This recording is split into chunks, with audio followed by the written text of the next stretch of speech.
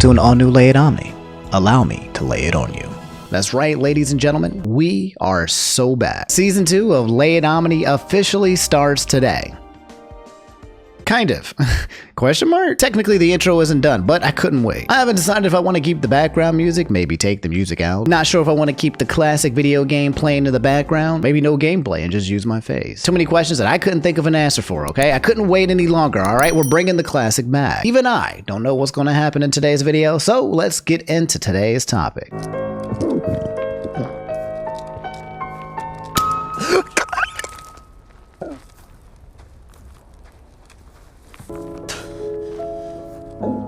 Yep, that's me. You're probably wondering how I got here. Well, that's not really me. That's actually Spencer. Another victim of the system, a victim of capitalism, a victim of what people are calling the worst Netflix show of all time, the Squid Game Challenge.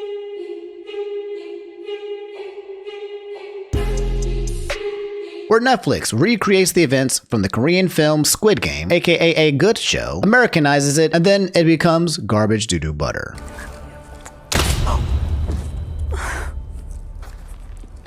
Player 48.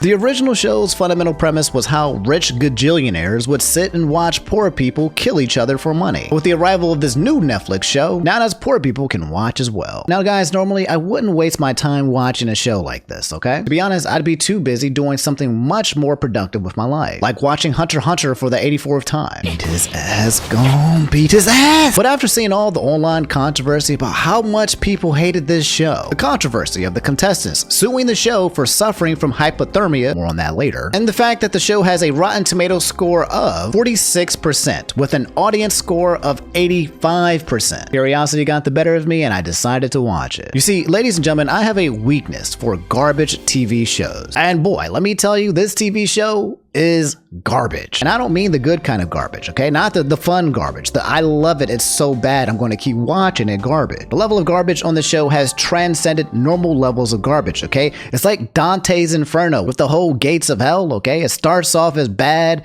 and then you realize it's really bad, and then the really bad makes it really good, and then it goes back to being really bad again. 1 minute I hate it, the next minute, I hate it even more. Now guys, I'm not going to sit here and waste your time giving you the full recap of the show from start to finish, okay? Without watching it, you at home already know what the premise is, okay? You know what's going to happen. Instead, I'm going to talk about 5 different points from the show. Number 1, the overview, okay? Just a quick TLDR. Number 2, the dying, aka the deaths, aka the most fun part of the show. You would think. Number 3, Spencer. Yes, this guy. He gets his own section. He's that important. Number 4, the general public feedback. Okay, what is everyone on the internet saying about the show? And last but not least, number 5, my last final thoughts. So ladies and gentlemen, without further ado, let's begin.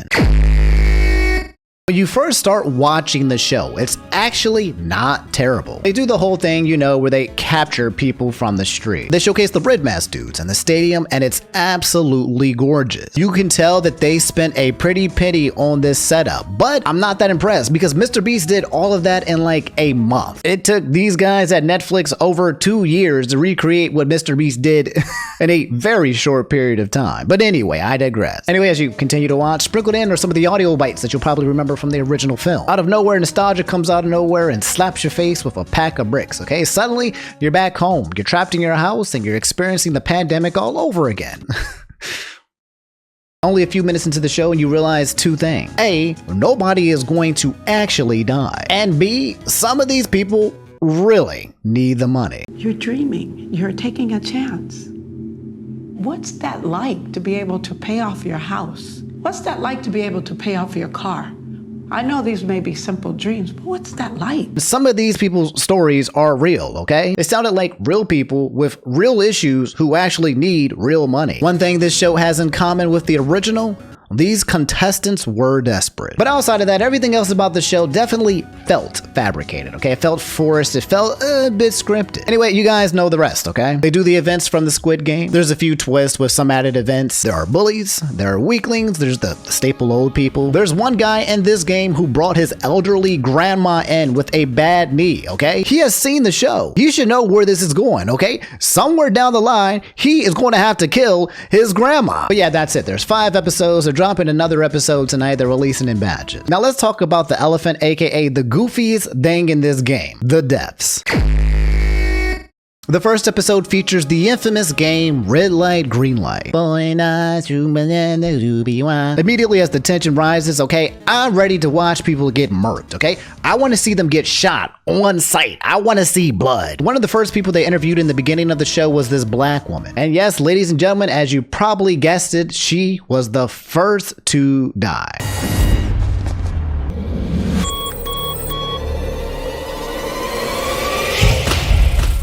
It seems like black people being the first to die still holds true in 2023. This was the apex, okay? The most crucial point of the show, because at this point, the show went from tension and suspense to a full-out comedy. You see, when you die in this game, some black ink explodes in your jacket or something like that. From there, players either A, collapse dramatically and comfortably to the ground, faking their own deaths, or B, nothing.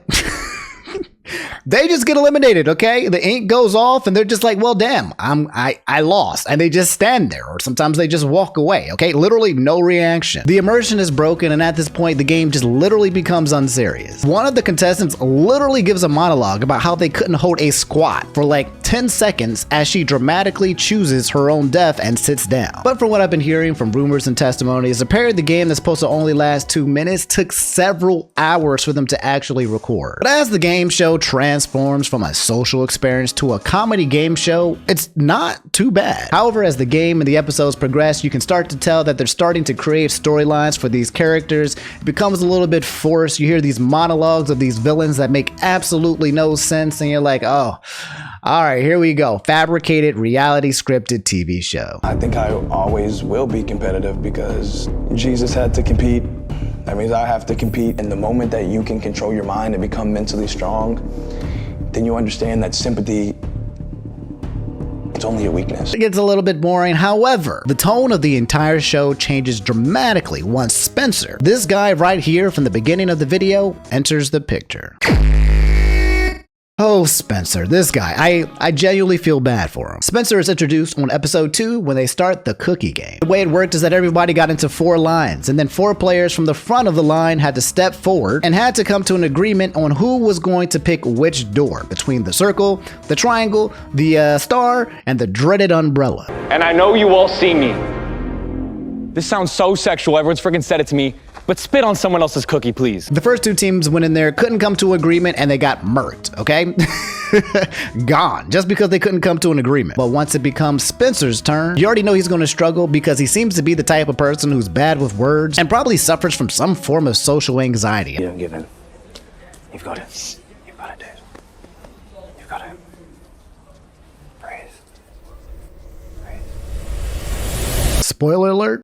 He don't got it. Amongst other things, okay? This guy was not ready for this kind of confrontation. And guys, here's the funniest part, or maybe unfunny depending on how you're looking at this, okay? The moment that Spencer steps onto the screen, every 2 to 3 minutes, this man is dry heaving, trying his best not to throw up on set and on camera. That's it. It's the first time in the show where the fake acting and theatrics is replaced with what genuinely seems to be this guy having a mental nervous breakdown on national television. Anyway, he and the other 3 contestants, they enter a room and they bully him, okay? And he's like, no, I don't want the umbrella, no. Everyone's like, look, dude, just do it, okay? You're not about this life. One of the actual biggest villains of the show shakes his hand and says, look, if you get the umbrella, bro, I'll help you out somewhere future down the road, okay?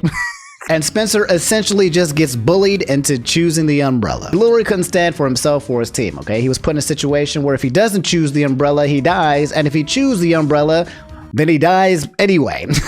Anyway, that's Spencer, okay? I'm not going to tell you his fate, but he was very important because when it came to public outcry and outlash, he was used as the example as why this show is so bad, which we'll get into right now.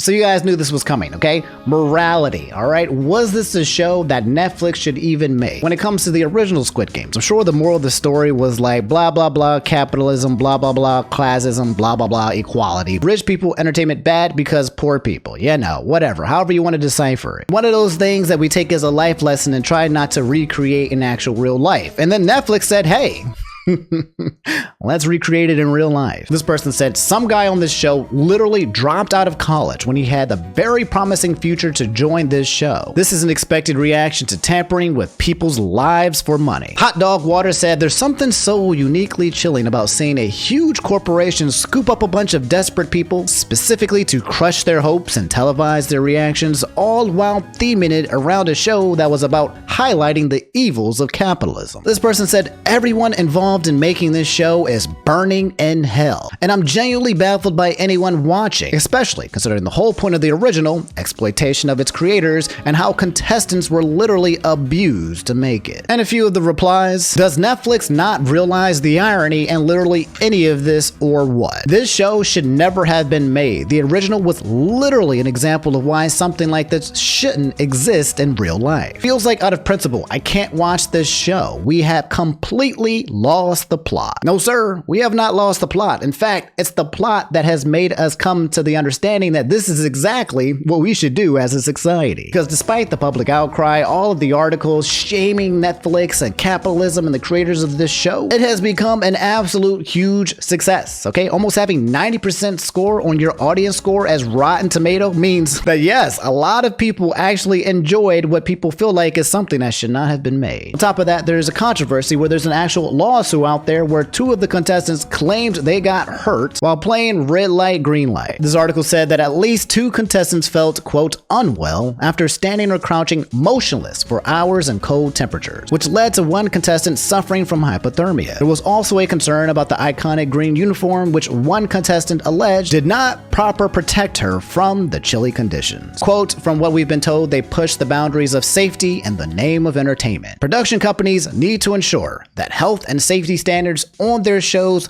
don't leave people at risk of harm. Despite the New York Times writing an article titled, "The Squid Game reality show is more depressing than the original," apparently it's a hit. Apparently, it's a hit. Ladies and gentlemen, watching people suffer is entertainment. Anyway, my final thoughts, okay? Morality aside.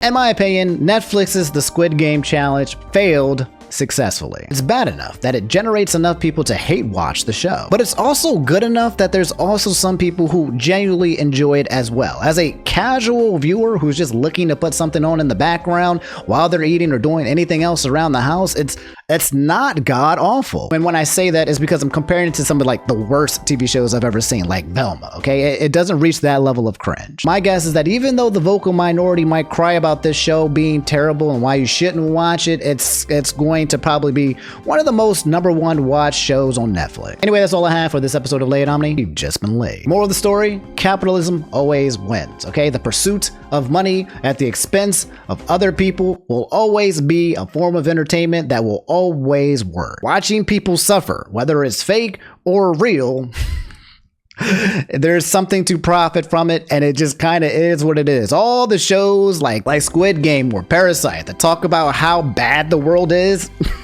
it's just true, and it is what it is. It's not going to change, okay? They exposed us for who we are because that's who we are. Anyway, if you watch a show, or even if you didn't watch a show, go ahead, drop a comment, and let me know what you think about the whole ordeal that's happening here. And if you guys enjoyed the return of Lay It Omni, do me a favor, okay? Drop a like on the video. It lets me know that I made something good for you. And subscribe if you guys want to see some more of this future content in the future. This is not replacing our weekly news. It's just a bonus on top of what we're already doing, okay? Thanks for watching. I'll catch you guys later, all right? All right, peace.